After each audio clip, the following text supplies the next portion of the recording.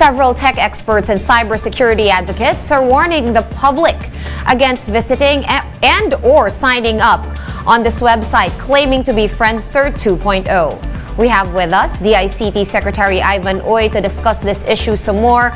Good afternoon, Secretary Ivan, and thank you for joining us. Do you have any information if this site, friendster.click, is really a new version of the early 2000s social media platform Friendster? Good afternoon.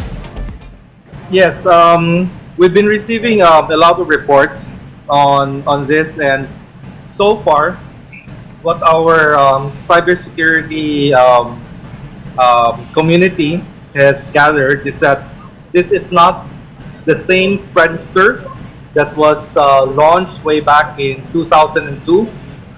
The company that developed Friendster is not behind this, and most of those who have attempted to click on this invitation felt that it was more of a data capturing application. So their suspicion is this is a phishing site.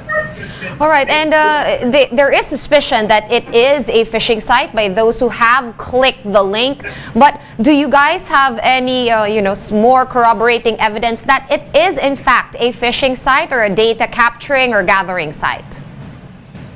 We are still in the process of investigating. Our team are on board, and we are doing several investigation and validation to identify where this site is actually coming from, and perhaps identify also if we could properly identify who or what entity is behind this.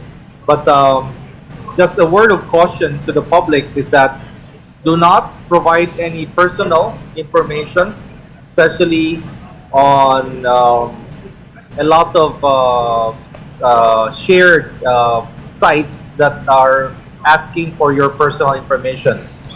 There are a lot of scams, a lot of schemes that are out there that would dupe you into revealing your personal information. All right, thank you for addressing that matter, Secretary Ivan. I have to ask you this. We're going to jump to a completely other matter altogether.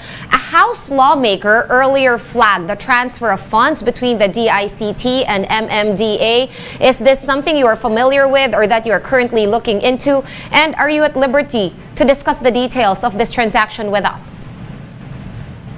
That happened during the past administration.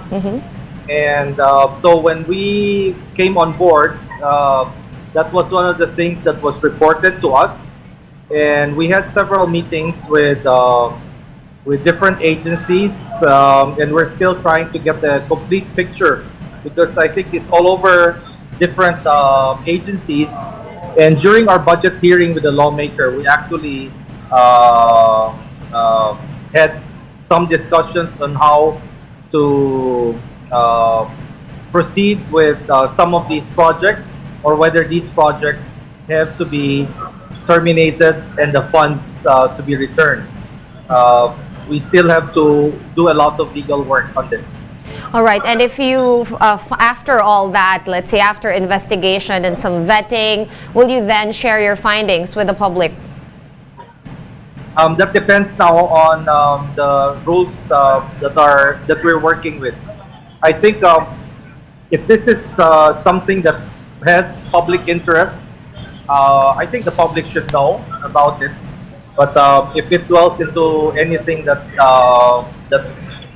would maybe relate to security or to privacy of the information, then we'll adjust accordingly.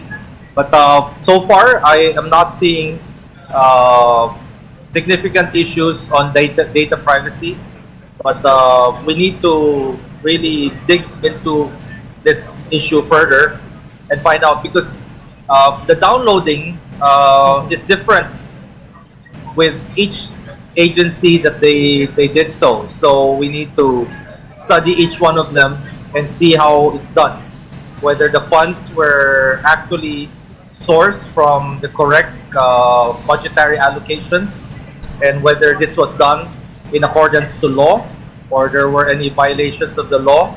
And if there were, then the people who are responsible will have to answer for any violations. All right, looking forward to the timely resolution on both those matters. Thank you for your time today. DICT Secretary Ivan Oy over the line. Thank you, sir.